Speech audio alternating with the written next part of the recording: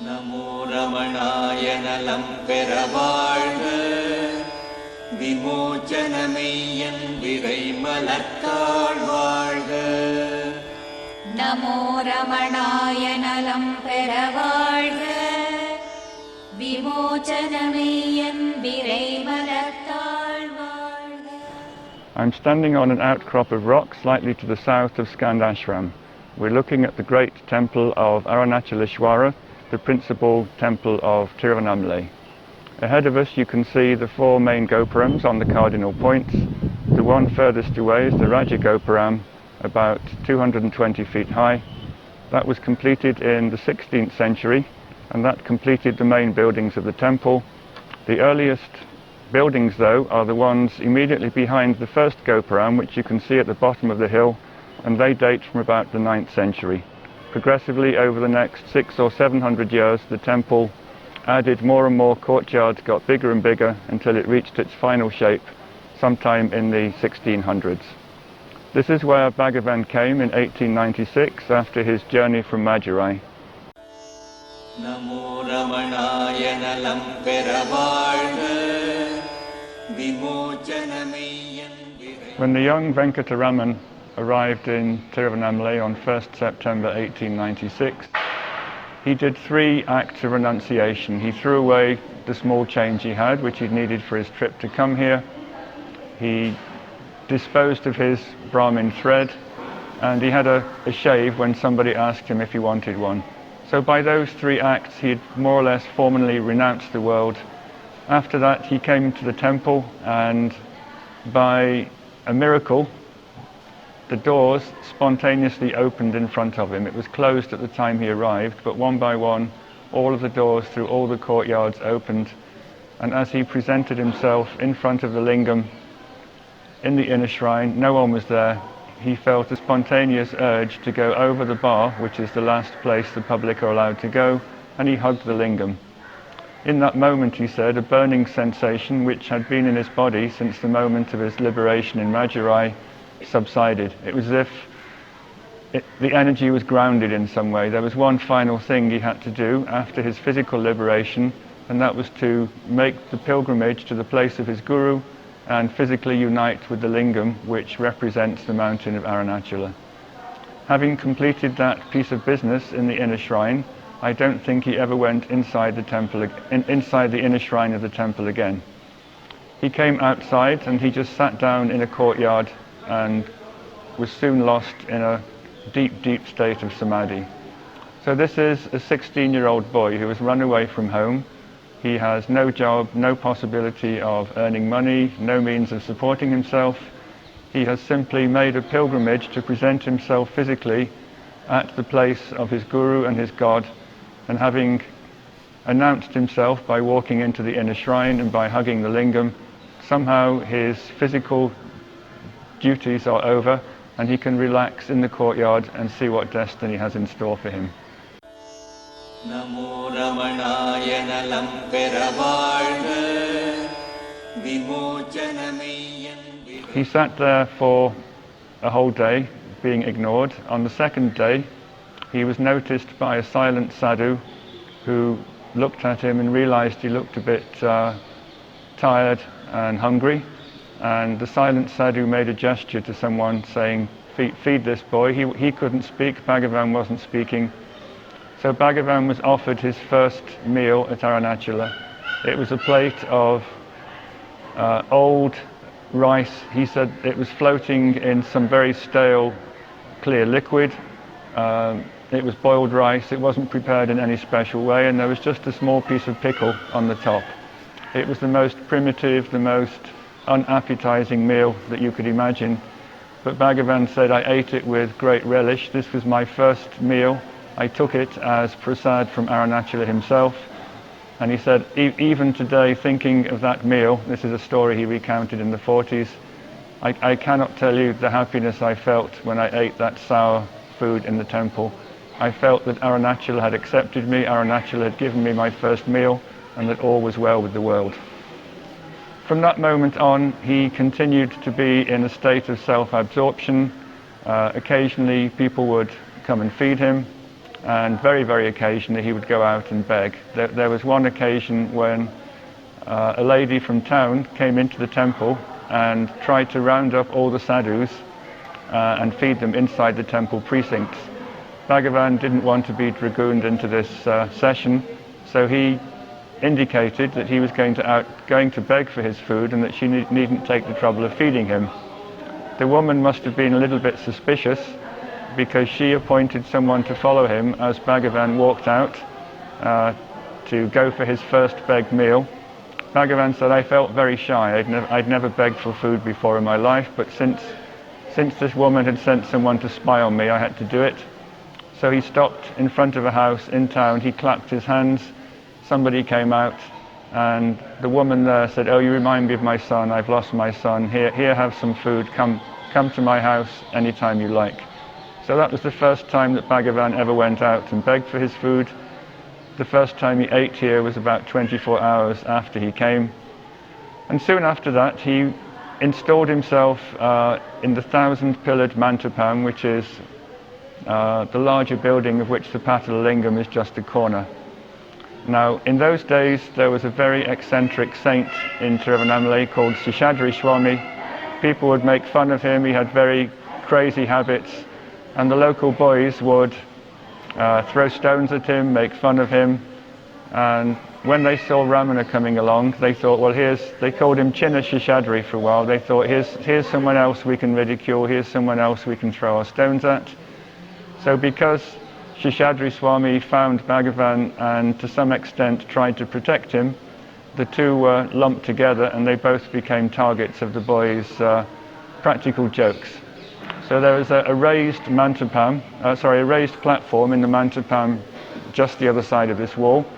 Seshadri occasionally would sit there, and Bhagavan also would sit there, but then he found that the local boys would sneak up behind him and throw rocks at him. So he realized he needed a safer sanctuary where he could be hidden from sight and where the boys might be too intimidated to get too close. So he elected to go down the stairs of the Patalalinga here, which is the Samadhi shrine of a long since dead and forgotten saint. Nobody really knows who Saint Patala was, but his body is entombed in here and there's a lingam on top.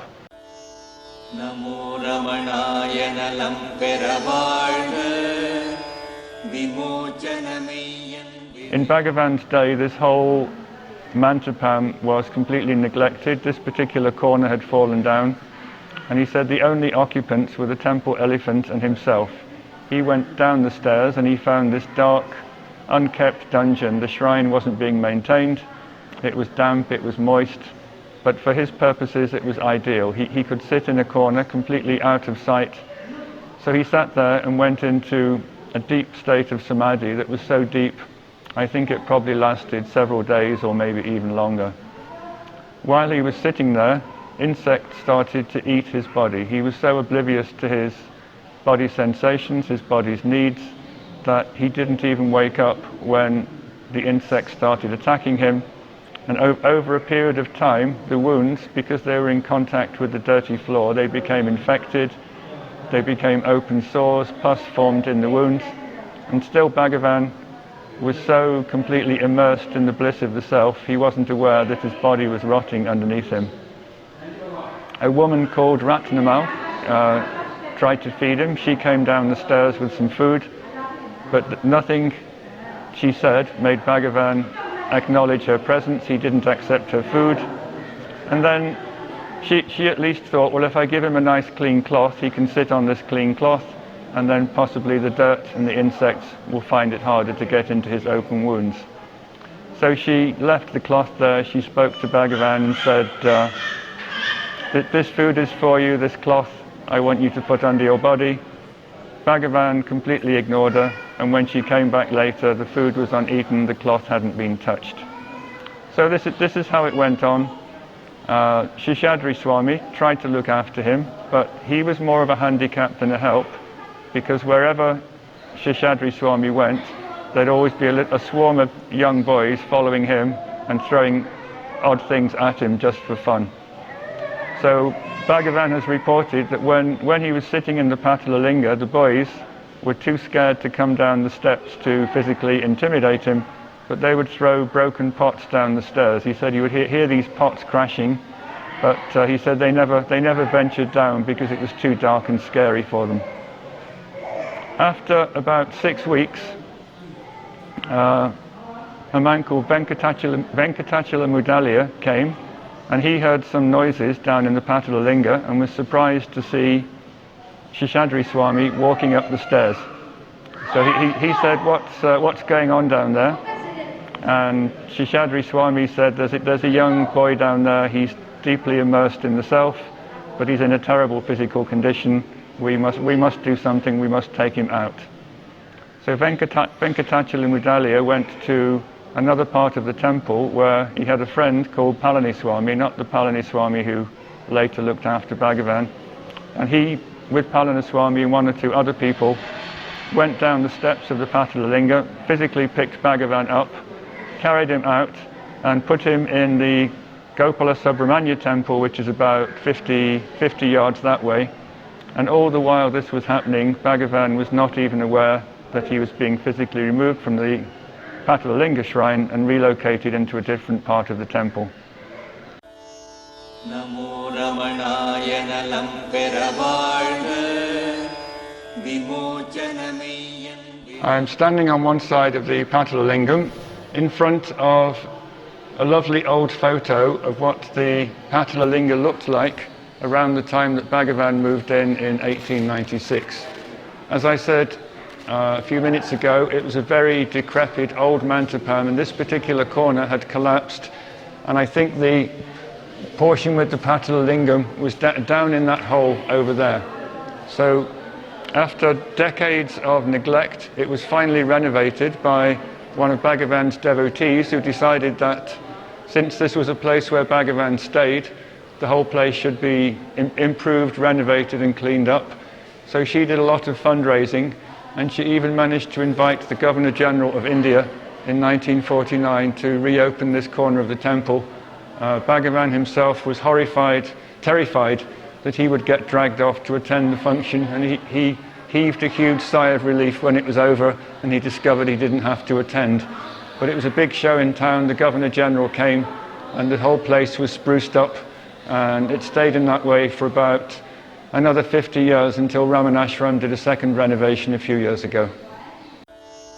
Namo Ramanaya Nalam Peravalga Vimochanamayan. There are other stories that Bhagavan has told about being in this part of the temple, and he would say, I had no idea whether it was day or night. Sometimes I would open my eyes and it would be daytime, and sometimes it would be dark and I would know it would be night.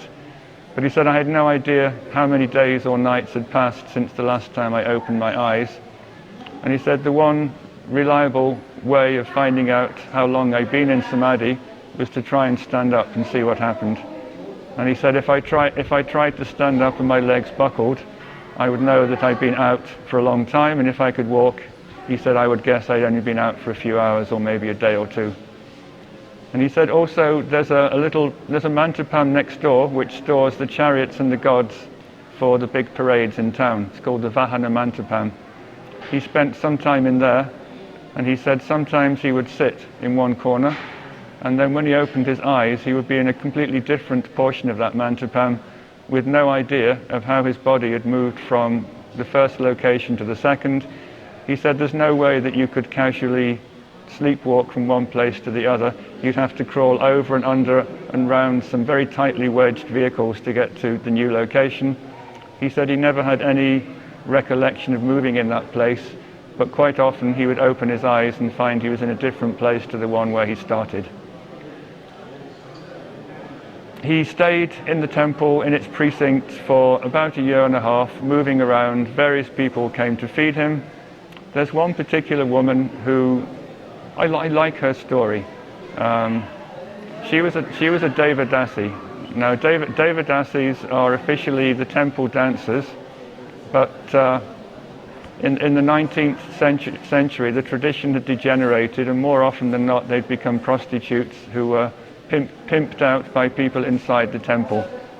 Now Bhagavan has said that this girl was very pure, that she had a great sense of non-attachment, that it didn't matter what her job was or what her destiny was in this life. He said she had a very pure, wholesome mind and that she was very devoted to him. So she initially saw him when he was sitting under an ilupai tree in one of the inner courtyards. And she immediately felt an attraction, a fascination, and her mother was with her, and she said, from now on, I'm not going to eat my food until I've fed this Swami. I must feed this Swami. The problem at this particular point was that Bhagavan couldn't be woken up in order to take his food. He had to be shaken or pulled quite violently in order to be conscious long enough to eat his food offerings.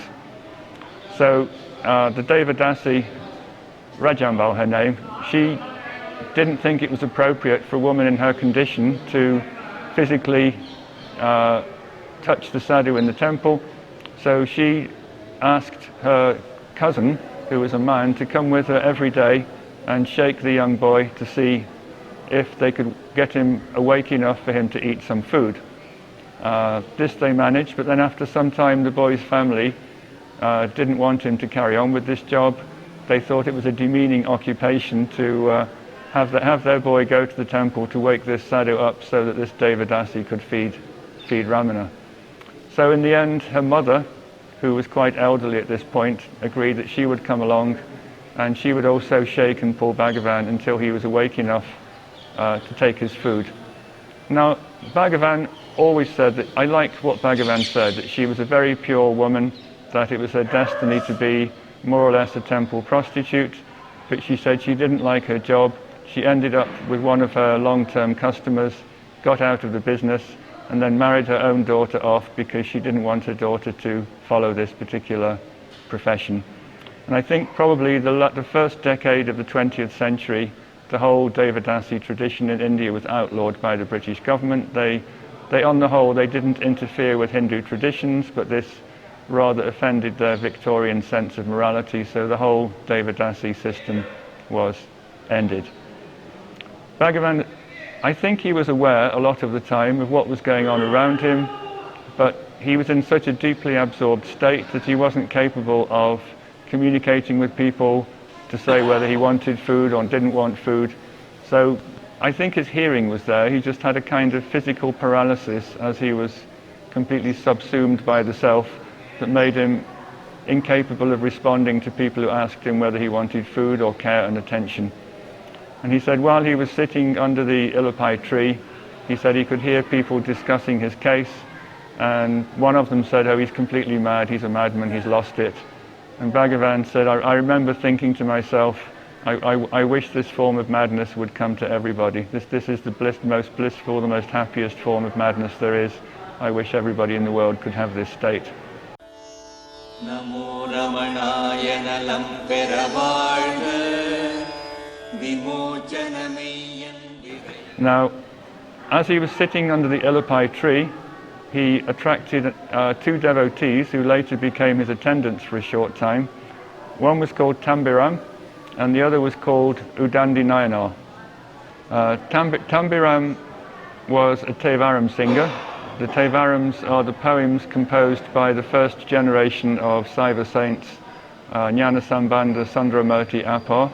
So he used to sing these songs publicly in order to raise funds, and with the funds he raised, he used to support various good causes, and one of his good causes was the young sadhu Ramana sitting in the temple.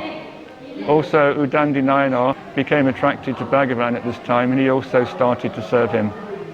After Bhagavan had been in the temple for a total of about 18 months, Tambiram said that he had a temple on the outside of town where he was performing puja to his guru. And he said that is a more protected environment. People won't bother you there. It's a mile out of town. If you come there, I will continue to support you. I will supply food to you. You stay in the shrine, and myself and Udandi Nayanar will look after you while you're there. So eventually, I think after about 18 months of staying in probably 10 or 15 different places inside the temple precincts, Ramana got up and allowed himself to be taken to Guru Merton, where the next phase of his life started. நமோ ரமணாய நலம் பெற வாழ்க விமோச்சனமெய்யன் விரை மலர்த்தாள் வாழ்க நமோ ரமணாய நலம் பெற வாழ்க விமோச்சனமெய்யன் விரை மலர்த்தாள் வாழ்க நமோ ரமணாய நலம் பெற வாழ்க விமோச்சனமெய்யன் விரை மலர்த்தாள் வாழ்க அடிமுடிக்குண்டாய அநாதித் தொடர்பின் விடமுடியாமை மறந்து விட்டு